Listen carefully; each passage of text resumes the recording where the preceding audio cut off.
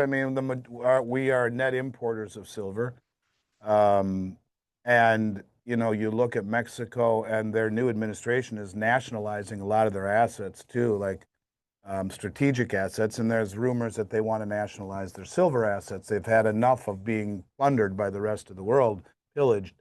Um, there's a good chance that they just stop exporting silver, period.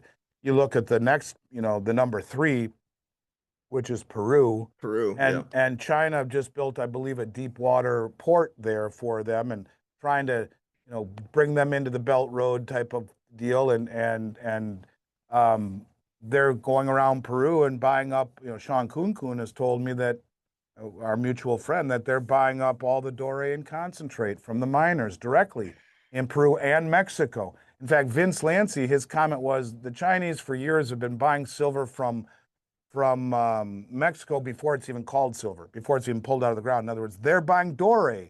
So they buy all of the doré and the concentrate, which would be the byproduct of the mining. It's a sludge. And the doré is the very, very crudely refined bar that may be 30% silver. The rest of it's all the other shit that they put together and they send it in for pure refining. Well, they're paying double what the West will, sending it back to China and refining it as the second largest producer in the world.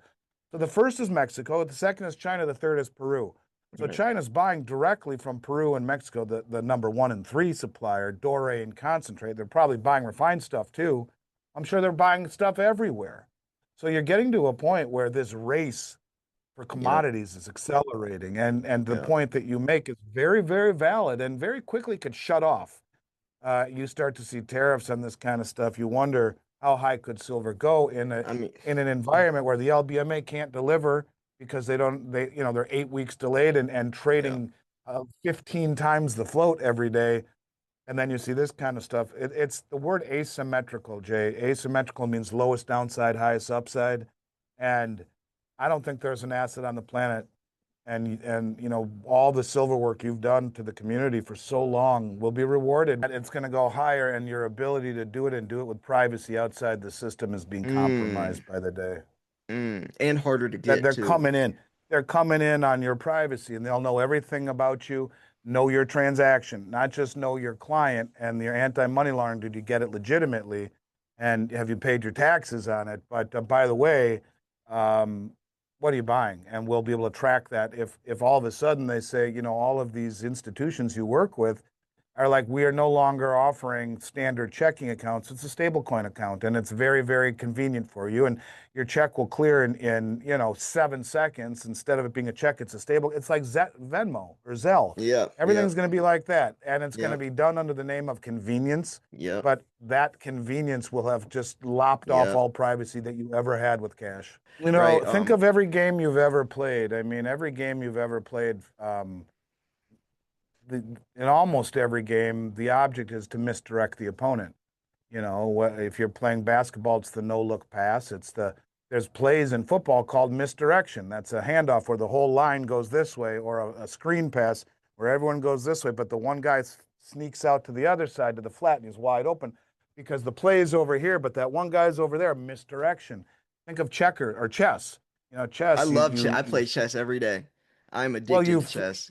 you flank one side of the king with and then you bring around the queen on the other side. You're misdirecting, right? You're thinking Yeah. steps Four ahead, and steps ahead. Yeah. misdirection. I've talked about misdirection forever. The art of war, beating your opponent without throwing a punch. This type of rhetoric is taught everywhere. It's taught at West Point and CIA, that they make you read the art of war. And so when you talk about, Bill Belichick uses it to formulate game theory, and as I mentioned, it's taught in most law schools on formulating arguments and business schools and corporate hierarchy and all this stuff. But misdirection, it's everywhere, and so that's why they misdirect the price of gold and silver, and they misdirect or they suppress everything through misdirection of price and of narrative. And that's why, so they Yes. lower the price, just like he did. Speak through rhetoric, lower the price, misdirect the public. Oh shit, well, he doesn't like it and it's going down. And then, hey guys, load up now. Boom. Everyone's not looking. But that's what they do. And Yep. that's what you have to understand. You have your gut and your eyes speak to each other, and your eyes are saying to your gut, who are you going to believe, yourself or your lying eyes? And Mm. so, is it your eyes that are lying to you, or your gut who's telling you, something's not right with this? And that's the part that takes takes a little discipline, and but you Yeah. see it over and over and over again, whether it be Jamie Dimon, whether it be the way the market moves, whether it be the central banks, everything. And the fact is that the media doesn't give us any ability these days to do anything, discerning. We have to listen to guys like you and me to try and find what the Yeah. real news is and then go from there. Those aren't tariffs, those are sanctions. A tariff supports the manufacturing industry. That isn't a tariff, that's a sanction. That's what brings them together. They had like 9 or 10 other partner countries that have joined, Yeah, since. Indonesia, Vietnam, and whatnot. Their main focus was a new payment platform. This is BRICS Bridge. It settles in Right. 7 seconds, What about the and unit? outside of SWIFT interference. The unit, I believe what they're doing with the unit. Here's my thought on the unit. I believe so. Shanghai Metals Associated, the Shanghai Metals Market, opened up this. They said we're expanding all of our vaults through multi-jurisdictional facilities throughout the Belt Road, and starting with Hong Kong and then Saudi Arabia, and then all throughout Asia and Africa. And they're doing that. And then they said now yuan is immediately convertible into gold. So think of the unit. The unit was 60% currency of the BRICS Yep. plus nations, 40% gold back. So instead, because I think they're waiting Trump out, because of his Makes threats, sense. and you got Saudi Arabia and India straddling relations and this and that. And so instead, what China is doing is fine, we'll do this and they can't fuck with us. So here's what we're going to do. We're going to start by building out all of this infrastructure, the skeletal system of the unit, which was going to be 40% gold back deliverable. Remember, Dilma Rousseff, the former president of Brazil and the head of the New Development Bank, the BRICS New Development Bank, said, we've agreed to it in principle. We're going to do this. Mm. So after all the pushback and the BIS pulling out, it used to be called M-Bridge. Now it's called the Bridge, Yeah, because Project M-Bridge, Enbridge. Yeah. the BIS pulled out at the 12th hour. After it was already, so the BIS Innovation Hub helped design or develop and integrate this technology to the West. It's Chinese technology, China, Hong Kong, Thailand, UAE. Saudi Arabia became the 5th full participant at the end. So those 5 countries, in coordination with the BIS Innovation Hub, which is a Western institution, they pull out at the 12th hour. It's espionage. It's James Bond. And the, Mm. the guy, Augustus Carstens, this fat guy who looks like Augustus from Willy Wonka growing up, said, well, we can't be part of any technology that allows countries to sidestep Western sanctions. That's as if they just then realized that Russia was the R in BRICS after 4 years of developing it, and they pulled out. So it pissed them off.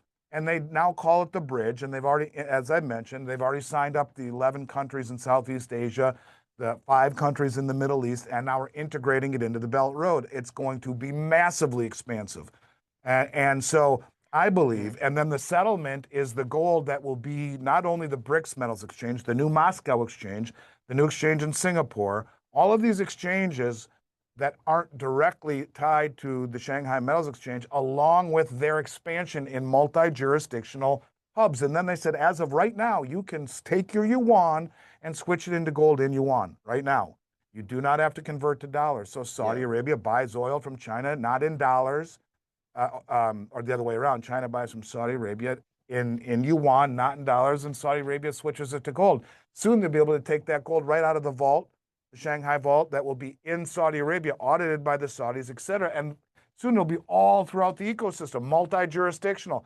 Because what happened to Venezuela, the Bank of England? Can we have our gold back? No, go kiss my ass. No, goodbye. And so that didn't work well for Venezuela. So you have it in multi-jurisdictional vaults, so it's not in one place. And this is the rails of the new unit system. So China sets it up under the yuan, and internationalizing the yuan for trade, which they want to do. And they don't want to be the world reserve currency. They know they will hollow out their manufacturing base just the way that we did, because you cannot have a weak, your currency always has to be stronger than everyone else's to be the world reserve, because you cannot give them enough currency to transact if it's the world reserve just through trade alone. So they have to sell Yeah. their currency to buy your currency to do business. It pushes your currency up, their currency down, and that's why you send manufacturing to the cheap currency, because you can do it much less for much less money. So they don't want that. Gold will be the reserve. But this will be the rails that will allow all of these countries to trade in 7 seconds outside of SWIFT interference at a 98% reduction in costs using the bridge technology. So Saudi trades their oil to China for digital yuan, immediately converts it into gold. China buys corn from Brazil, immediately convert that into gold. Brazil buys, oil from Saudi Arabia. Their currency goes to Saudi. We don't really want that currency. Well, we will immediately convert it into gold. So the point of it is that it's the rails. Now Trump's gone, and they just say, screw it. We're now bringing the unit in, and all of these countries that have now aligned with us. You're talking the majority of human population. If you bring in the Belt Road, which they are now saying BRICS Bay and BRICS Bridge are being integrated into the Belt Road, along with the Shanghai Cooperation Organization and the Eurasian Economic Union. We got the 11 Asian countries, the 5 Middle East. You have the majority of the world, and the majority of the commodities, and the majority of the rare earths, and the majority of the refining of the rare earths, and the majority of the manufacturing of the world, and the majority of the on-sea and cross-land trade routes, and 3 of the 4 largest. Do you see where we're going? This is nothing to say, yeah, bullshit, it's not big enough. Right. Everyone said it's not big enough, and maybe it isn't big enough, but you open it up to countries that are directly aligned with the BRICS, with great symmetry, but not part of it, like the Belt Road, etc. Whoa, that's a whole different animal altogether. So yes, I think that things are changing in a very, very, very big way. Wow. And I think it's happening. But so to your point, to the unit, they'll build the rails, they'll build the skeletal system, that being the vaulting system and multi-jurisdictional vaults. The bridge technology already works. Saudi Arabia can now, for all the Middle Eastern countries, they can start trading their oil and their natural gas and their resources with other countries across this deal and switch to gold and back and forth.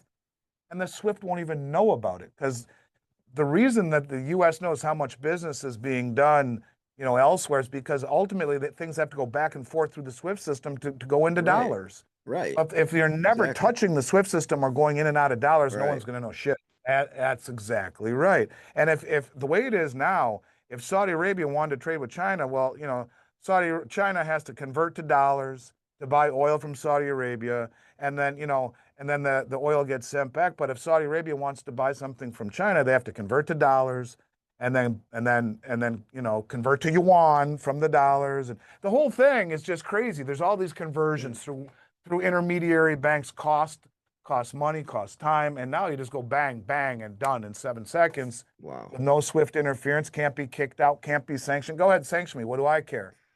And we're not there yet. And I think if they brought the unit in right now, it would freak Trump out. And just to save face, he would start doing stupid things.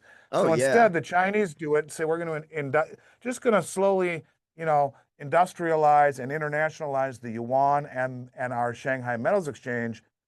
And then it's the rails and the skeletal system to the M-Bridge or to the unit technology. I think so? I do. And I'm taking all of this from their actions and their comments. Judy Shelton's, Scott Bessent's, the fact we become net importers, all of the things that I see, what's happening with the Belt Road, what's happening with the expansion of the yuan and the Shanghai Metals Exchange. And you take it all together, and that's, if I have one ability besides being really hardworking, it's that I take all of these pieces and I find a common thread of commonality. I mean, a thread of commonality. And I'm like, yeah, well, that's cool. That's cool. But what if they were to get, holy shit, you put that together and oh my God. And then, I mean, so you, in and of themselves, all of these things are significant. Put them together with a motivation and a commonality of a singularity of thought. And you can see how, and that's been my success on saying all this stuff for the past 5 years, a lot of which has come true because it's right there. The crumbs are there. It's whether or not you have the courage to connect them and say it publicly.